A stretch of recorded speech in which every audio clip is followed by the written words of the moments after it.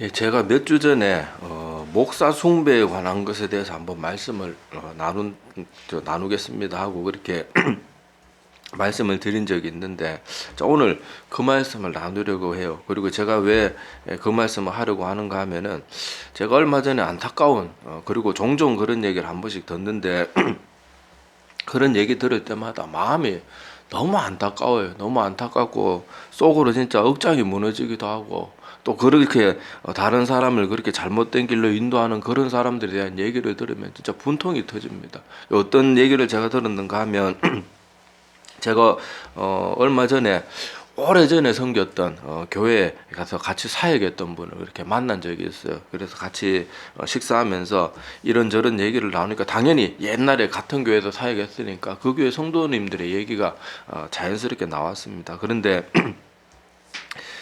큰 교회는 권사님들이 대체로 나이가 많지만 작은 교회들은 권사님이라 그래도 새파랗게 젊고 그냥 제 또래 권사님들도 많아요. 그래서 한 권사님의 얘기를 들었는데 암으로 돌아가셨대요. 아니 그래 제가 그 소식을 듣고 굉장히 건강하셨던 분이고 젊은 분이거든요. 그래가지고 아니 나이도 젊고 그렇게 건강했던 분이 왜 요새 암 어지간하면 다 치료하고, 제가 그리고 사회가면서 이렇게 환자 신방들을 많이 하게 되잖아요.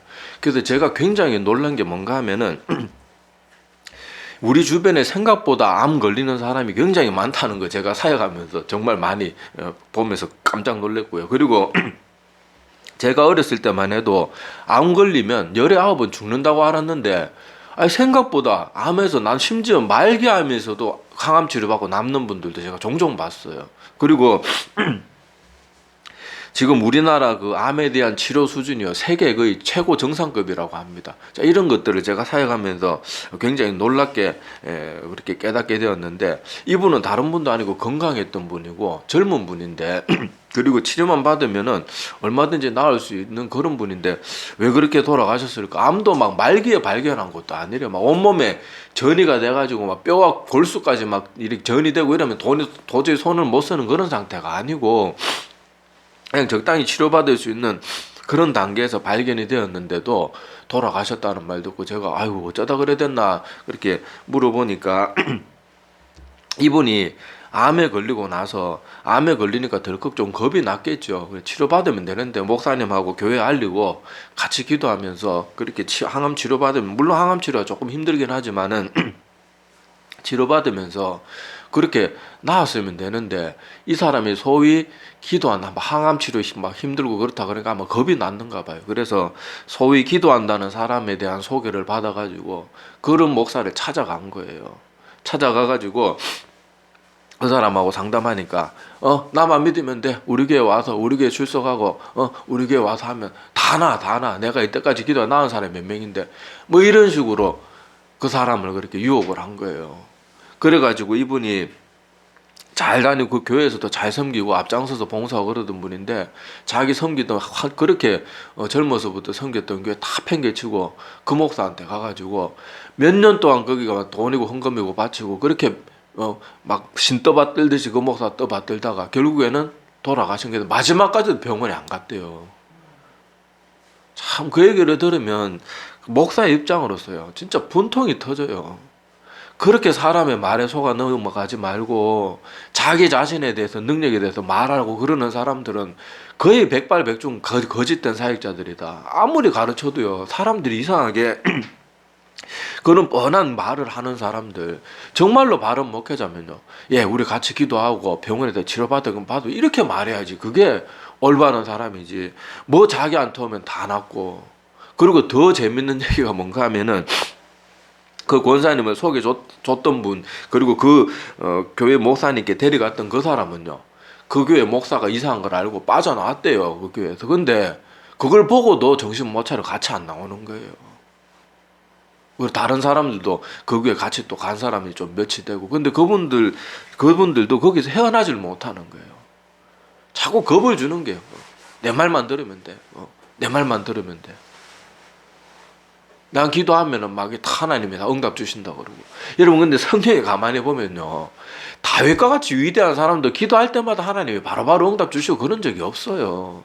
사무엘을 보세요. 하나님의 사람이라도 사무엘이 매일 하면 바로 응답 듣고 그럽니까? 하나님이 딱 말씀해 주시면 그거에 따라 행동하고, 또 하나님 응답 한번 들으려고 얼마나 오랫동안 기도하고 그랬습니까? 미스바 회개 운동하고 막 뭐 기도하자마자 막 무슨 라디오 주파수 받듯이 그러면요 거의 백발백중 거 다 가짜들이에요. 성경의 위대한 인물들이 단 한 번이라도 자기가 음성 듣고 싶을 때 음성 들었더라 이런 말 한 번이라도 있습니까? 없어요. 아브라함 같은 위대한 믿음의 조상도요. 그 사람 평생 하나님 음성 몇 번이나 성경 찾아보세요. 몇 번이나. 물론 기록 안 된 것도 있겠지만은 매일 하나님이 막 매 순간 얘기해주고 안 그런단 말이에요. 그런데도 그런 말만 하면은 또 그런 사람 이상하게 말을 또 강압적으로 하고 반말 찍찍하고 나만 믿으라 그러고. 왜 사람을 왜 믿어? 우리 하나님 믿는 사람들인데.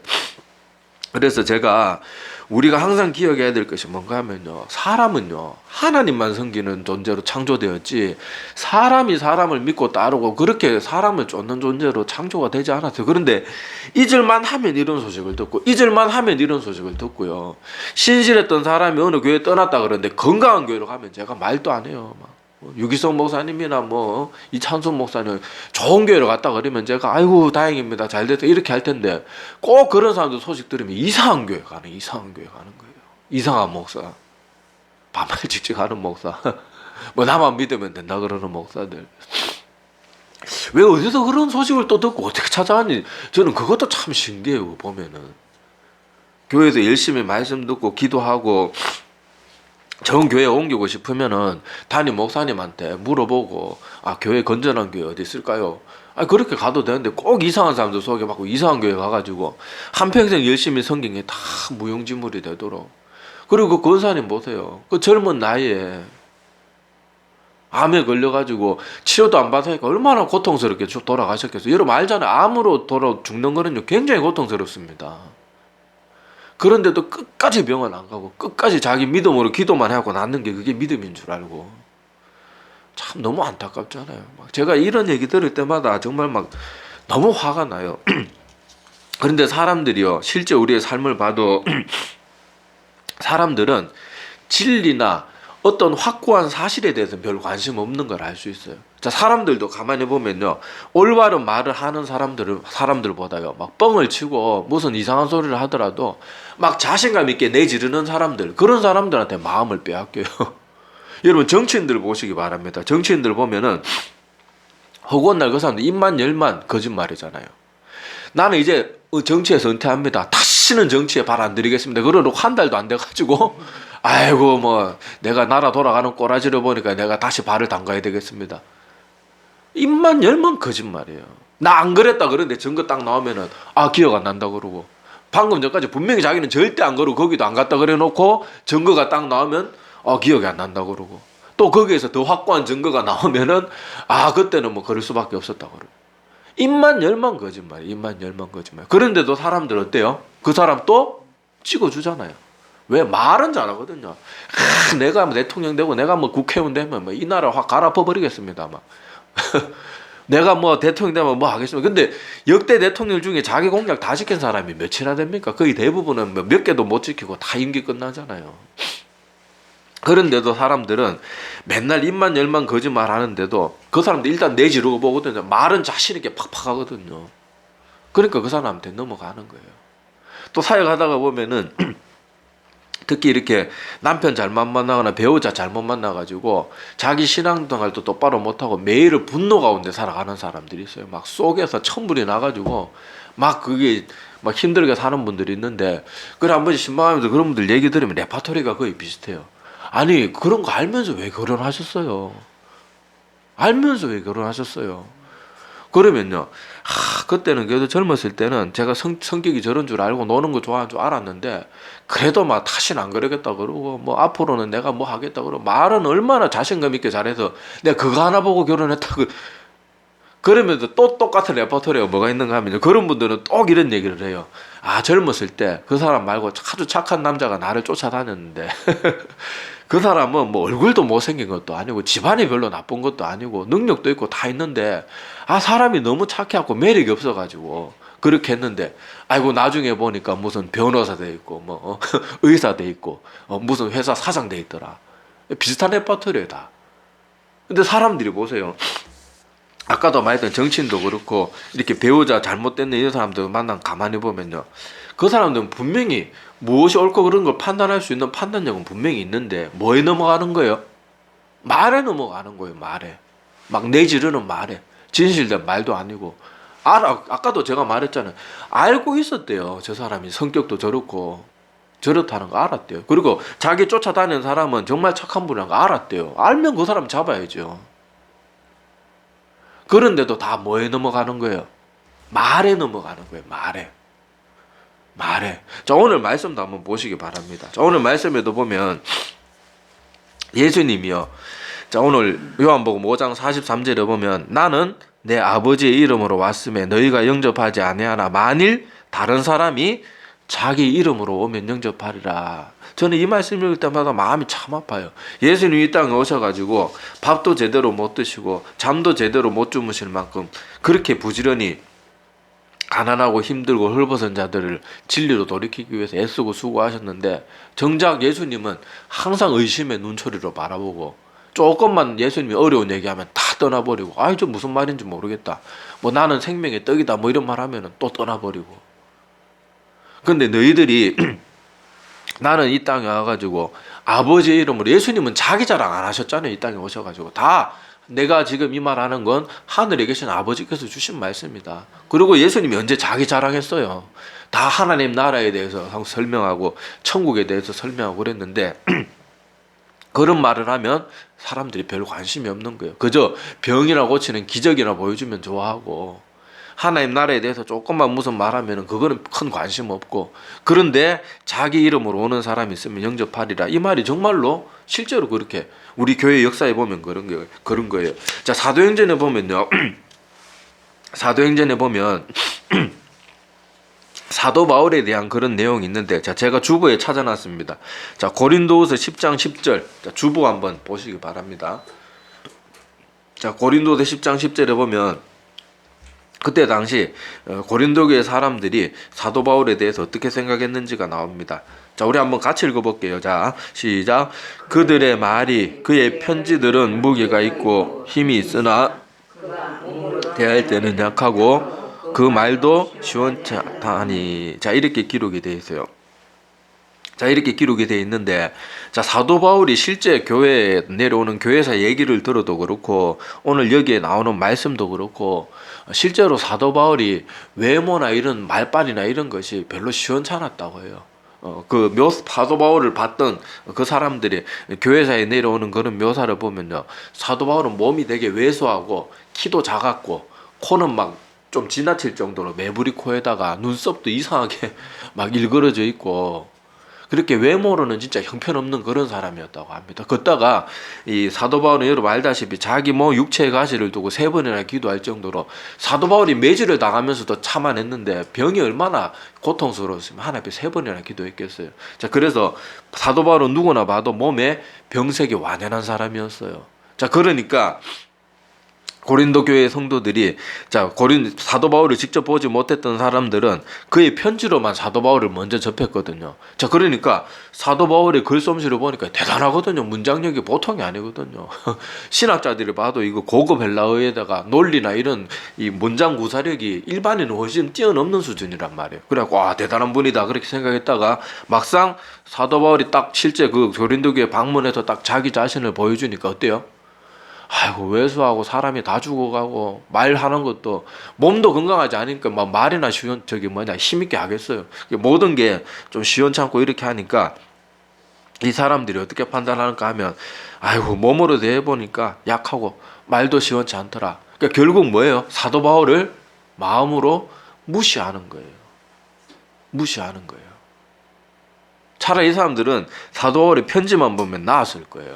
그런데 말이 시원찮다고 사도 바울을 마음속으로 멸시하고 무시해버리게 되는 거예요. 자, 그래서 결국 이들은 그 사도 바울의 외모와 그렇게 말을 이렇게 편질 걸 만큼 그렇게 담대하게 아니면 자신있게 그렇게 못하거나 하여튼 말하는 그런 언변이 부족했거나 그런 건 뭐가 그랬는지 모르지만 하여튼 이 사람들 직접 대해서 보기에는 뭔가 사도 바울이 시원찮아서 마음이 아이고 이렇게 외모도 저렇고 말도 저렇게 한다. 아이고 뭐 들을 필요가 뭐 있겠나. 이러면 결국 누구만 손해입니까? 자신만 손해인 거예요.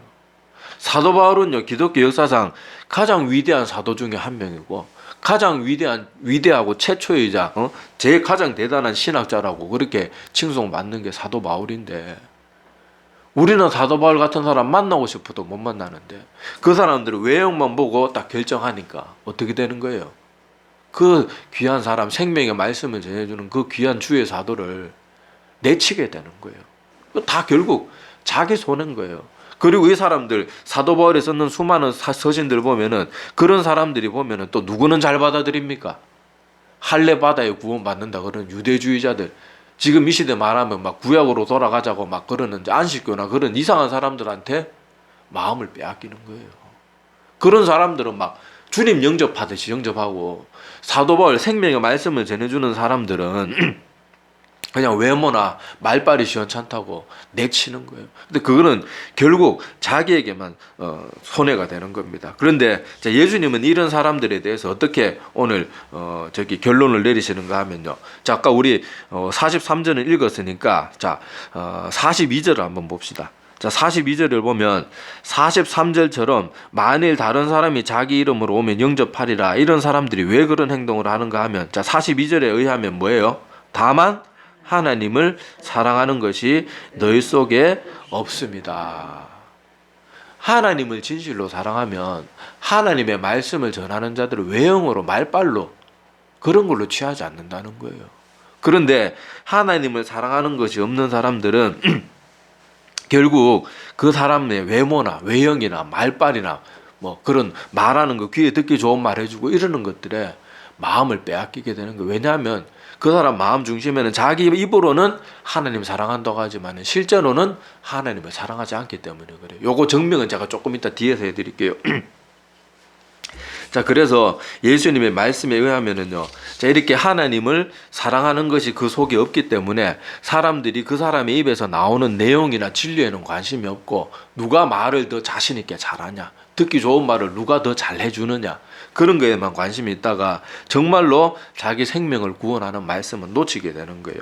예수님은요, 하나님의 아들이심에도 불구하고 아까도 말했지만은 저 스스로 자기에 대해서 막 설명하고 막 자기를 드러낸 적도 없고, 심지어 예수님이 십자가에서 부활하시고 난 다음에 엠마오로 가는 두 제자를 만나게 됩니다. 그때도 예수님이 자기를 어떻게 드러내세요? 자기 스스로 자기를 드러내지 않아요.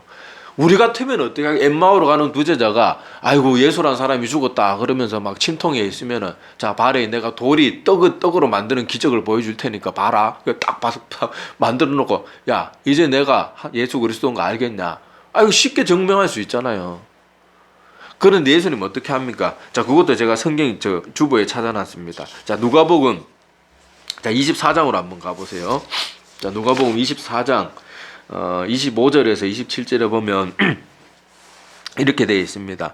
이르시되 미련하고 선지자들이 말한 모든 것을 마음에 더디 믿는 자들이여, 그리스도가 이런 고난을 받고 자기의 영광에 들어가야 할 것이 아니냐 하시고, 이에 모세와 모든 선지자의 글로 시작하여 모든 성경에 쓴 바 자기에 관한 것을 자세히 설명하시니라. 자, 예수님이 부활하시고 나서 자기 자신을 어떻게 들은 사람들에게 깨우쳐 주셨다고 해요? 내가 그라는 말은 한 번도 하지 않았어요. 그리고 예수님은 이 사람들에게 마지막까지 가면서도 내가 예수 그리스도란 말은 하지 않으셨습니다. 자, 그런데 너희들이 그렇게 안타까워하는 예수란 사람이 그렇게 죽고 끝난 게 아니다. 그 예수란 사람이 이런 고난을 받고 죽음에다가 부활해야 될 것은 이미 구약 성경에 다 예언이 되어 있다. 그러면서 그것을 가르쳐 주신 거예요.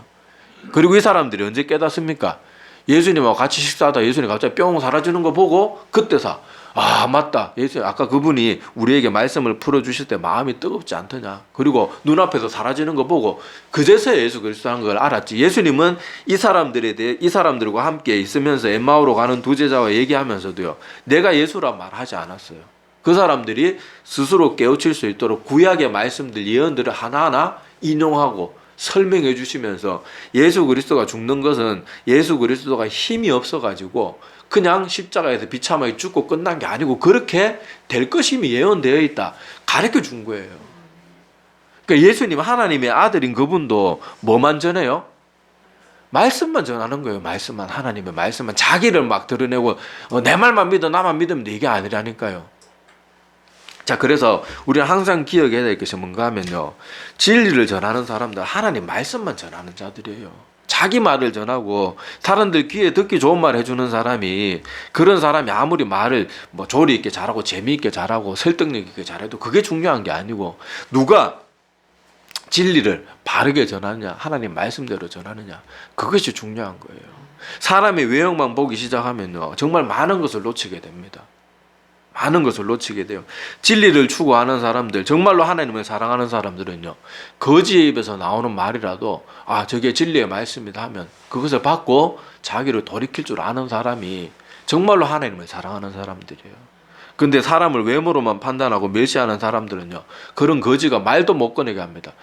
냄새나, 재수없어, 그러면서 아예 그런 사람이 말도 못하게 할 뿐더러 말을 막 못하게 녹줄 한마디가 나왔다 그래도 들은 척도 안 할 거예요. 어디 거짓 따위가, 니나 똑바로 살아라 이놈아, 그러면서 그럴 거란 말이에요. 사도 바울도 보세요. 이렇게 위대한 사람인데 외모가 막 외형이 막 왜소하고 막 몸에 온몸에 병색이 완연하고 말은 좀 시원찮고 운변력이 없고 그렇다고 하니까 사도 바울조차도 바로 멸시하고 무시해버리잖아요. 그래서 우리가 정말로 하나님의 말씀을 듣고 생명을 얻기를 원한다 그러면 성경을 항상 우리가 잘 알고 있어야 되고, 누가 성경대로 말씀을 전하는지, 물론 뭐 말씀 전하는 사람이 말을 잘 전하면 더 좋겠죠. 그런데 진리의 말씀을 전하는 자들 중에 사도 바울처럼 그런 자 있을 줄 몰라도 말빨이 시원찮은 사람이 있을 수도 있고, 막 외모가 보기에는 막 정말 우리가 보기 좀 별로 그렇게 좋지 않은 그런 외모를 가지고 있을 수도 있어요. 그래도 누가 하나님의 말씀을 바르게 전하는지 그걸 항상 기억하고 분별할 줄 알아야 됩니다.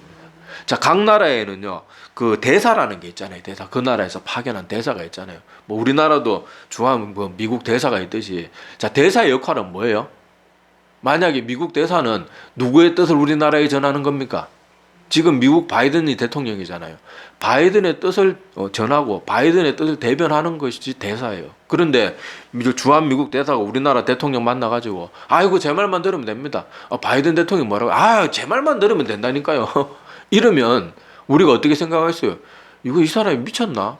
정신이 나갔나? 이렇게 생각할 거 아니에요. 그런데 이상하게도 사람들이, 하나님의 사역자들은 하나님의 말씀은 전하지 않고 자기 말만 하고 나만 믿으면 된다 그러는데, 그러면 이 사람이 미쳤나 이렇게 생각해야 되는, 그렇게 생각하지 않고 능력 있는 사람들 이러고 앉아 있는 거예요. 얼마나 어리석은 모습입니까? 자, 제가 아까 정명해 드린다 그러겠는데, 자, 한번 그 예를 들면서 이제 말씀을 이제 마치도록 합시다. 자, 제가 교회에서 사역하면서 또 하나 신기했던 것이 뭔가 하면, 이 부흥사들이 오면은 성도들이 획가닥 바뀌는 거 보면은 그게 참 이상하더라고요. 자, 여러분, 부흥사들이 보면요, 부흥사들도 이상하게 반말은, 난 일단은 여러분들이 강단에 서가지고 반말 찍찍 하면 일단은 여러분들이 의심해 보세요. 정말 하나님을 사랑하고 다른 이웃을 사랑하고 하나님의 백성들을 사랑하는 주의 종이라 그러면요, 절대로 반말하지 않습니다. 그리고 그 광단에 서면 분명히 자기보다 나이 많은 어르신들도 있는데 집가실 게 뭔데 반말 찍찍합니까? 그런 거, 일단 반말하는 사람들 일단 조심해. 나는 그 사람들 심리도 이해가 안 되고, 그리고 반말 찍찍하고 막 말도 함부로 하는데 또 웃고 좋아하고 박수 치는 거 보면, 아멘은 또 평소에는 아멘도 안 하던 사람들이 그랬더니 아멘도 얼마나 잘하는지 그러는데, 자, 그런 사람들이 와서 보면 대체로 성도들 귀에 듣기 좋은 말 해줍니다. 너희들 집에 아픈 사람 있지? 너 집에 누구 대학 가야 되는 자녀들 있지? 진급 안 되는 남편들 안 있어? 내일 감사원금 가져와. 내가 기도하면 다 돼. 내가 예를 들어가지고 오늘 내 차 운전하고 왔는 저 집사도 옛날에 다 망해가는데 나한테 헌금하고 막 기도받고 그러고 안수받고 그래가지고 저렇게 돼가지고 지금 회사 사장 돼가지고, 나 오늘 차 타고 뭐 타고 왔어? 본 사람, 야 부목사 나 차 뭐 타고 왔더나? 그러면서 벤츠 타고 왔는데, 그러면 또 벤츠냐 벤츠 막. 부목사가 지 종입니까? 같은 동역자끼리 야자 그리 쌓고. 하여튼 간에 그런 사람들이 그렇게 말을 하면요, 평소에는요 목사들한테 밥 한번 대접 안 하고 자기 교회 담임 목사님이나 뭐 교회 전도사님들한테는 식사도 한번 대접 안 하던 사람들이요. 그런 부흥사들 부흥 집회 끝나고 가면은 난리도 아니에요. 난리도 아니에요. 막 헌금도 그냥 그 사람 평소 한 2년치 바치던 월급 하루에 다 바치고요. 제가 전에도 한 번씩 가끔 말씀드려요. 교회 사무실에요. 막 선물이 쌓입니다. 쌓여요.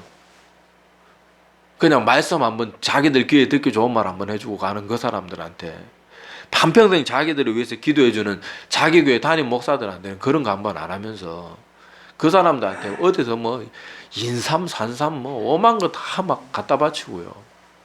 어떤 사람들은 양복 막 이런 맞춤 양복 얼마나 비싼지 모르죠. 우리가 일반 기성 양복도 LG 펫이나 좋은 데 가면 보통 태 좋고 이렇게 원단 좋은 건 100만 원이 넘습니다. 근데 맞춤 양복 해주는 거는요 얼마나 비싸겠어요. 그런 거 막 서슴없이 해주고요.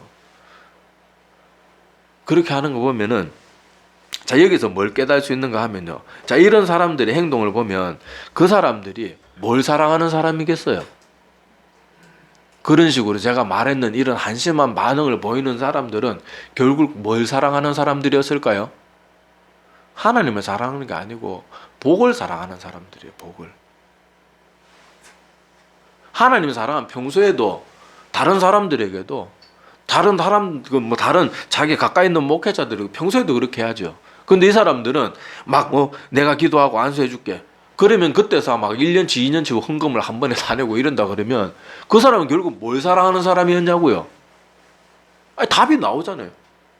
예수님 말이 딱 맞다니까요. 너희 속에는 하나님을 사랑하는 마음이 없기 때문에 진리에는 관심이 없고 그저 말 잘해주고 자기 귀에 듣기 좋은 말 해주는 사람한테는 자기의 모든 걸 아끼지 않는 거예요. 왜냐하면 그 사람은 말로와 겉으로는 하나님 사랑하는 사람이라고 말하는지 몰라도 마음속은 하나님이 주시는 복이 보장되어야만 자기 주머니가 나오는 거예요. 정말로 하나님을 사랑하는 사람 같으면은 성경에 기록되라면 자기의 재물을 하나님 나라에 평소에도 쌓는 것이 그것이 하나님 사랑하는 사람이고. 자 그래서 여기서도 알 수 있듯이 돈을 사랑하고 복을 사랑하는 사람들이었을 뿐 그렇게 말에 자꾸 넘어가고 그러는 사람들 진리에는 별 관심 없고 그런 사람들은 결국 그 마음에 하나님만을 나는 따르고 사랑하겠습니다. 이런 마음은 사실 별로 없는 사람들인 거예요. 자 그래서 오늘 말씀을 마치면서 여러분 교회는요 하나님을 사랑하는 사람들이 모여가지고 오직 하나님만 경배하고 하나님이 주시는 말씀대로만 살아가는 것이 그것이 교회와 참된 성도들의 모습이에요. 사람들이 화려한 말빨이는 뭐고 말씀 전하는 사람이 자기 마음에 좀 외모나 그런 것이 마음에 들지 않고 말하는 언변이 조금 시원찮다고 진리를 외면한다 그러면 그 사람의 마음속에는 하나님을 사랑하는 마음이 없는 것이고 자기 이름으로 오고 화려한 말 가지고 오는 그런 사람들에게 쉽게 마음을 빼앗길 수밖에 없는 그런 사람이라는 걸 스스로 증명하는 것밖에 안 됩니다. 그래서 오늘 말씀들을 여러분 기억하고 예수님이 이 말씀을 하실 때 얼마나 마음이 아프셨겠어요. 공생의 사역 기간 동안 잠시도 쉬지 않고 그 백성들을 위해서 그렇게 열심히 일했는데 조금만 무슨 영적인 얘기하면 떠나버리고 예수님 의심스러운 눈치로 쳐다보고 어떻게든 죽이려고 그런 인간들도 주변에 천지고 얼마나 마음이 안타까우셨겠어요. 사도 바울도요 그렇게 열심히 복음을 전하고 자기는 목숨을 걸고 그들을 위해서 애쓰고 수고했는데 와서 자기 외모가 좀 볼품없다고 자기 체격이 볼품없고 풍채가 별로라고 그렇다고 외면하면 얼마나 그렇겠어요. 얼마나 마음이 아프겠어요. 자기는 그 몸에 병이 있는 몸을 끌고 그렇게 열심히 애쓰고 수고하고 그들을 위해서 사도 바울이 스스로 한 말에 의하면 잠시도 쉬지 않고 매일 그들을 위해서 눈물로 기도했다 그러는데 얼마나 마음이 아프겠어요. 근데 진리를 사랑하는 사람들은 보세요. 사도 바울이 그렇게 외모가 시원찮고 말하는 게 시원찮아도요.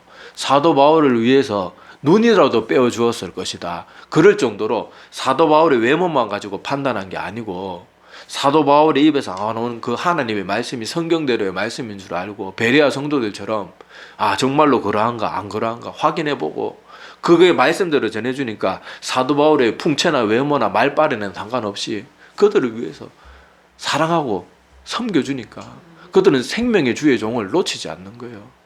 예수님도 마찬가지예요. 성경에도 보면 예수님은 흠모할 만한 그런 풍채가 예수님도 하나도 없으셨어요. 그리고 목수의 아들이었잖아요. 목수의 아들인데다가 별 볼 일도 없고 귀족 출신도 아니고 잘생긴 사람도 아니었어요. 예수님은.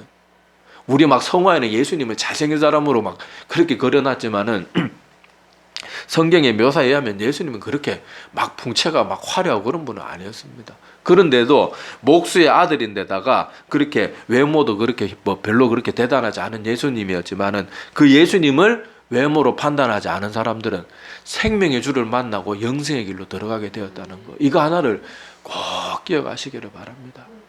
제발 교회 나와서 목사 숭배하지 마세요. 목사 숭배하지 마세요. 우리는 하나님만 숭배하는 사람들이 되어야 됩니다.